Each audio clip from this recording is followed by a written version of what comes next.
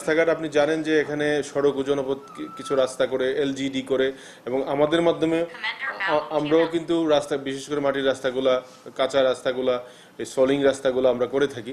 তো স্ব ডিপার্টমেন্ট থেকে আসলে এইটা পরিকল্পনা গ্রহণ করা হচ্ছে এবং সরকারের কাছে আমরা এই তথ্যগুলো পাঠাচ্ছি। পাঠানোর পরে এই কার্যক্রমগুলো বেসিক্যালি শুরু হবে।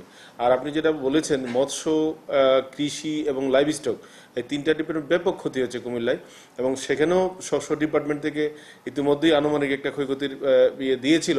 এখন বিস্তারিতভাবে আমরা আজকে কালকের মধ্যে এগুলো পাবো এবং তাদের পুনর্বাসনের জন্য কি কি করা যায়, কি কি করা যাচ্ছে এটার পরিকল্পনা কিন্তু এখনো চলছে এবং আশা করছি আমরা খুব সহজেই খুব অল্প সময়ের মধ্যে আমরা এই পরিকল্পনা নিয়ে আমরা কাজ শুরু করতে পারবো।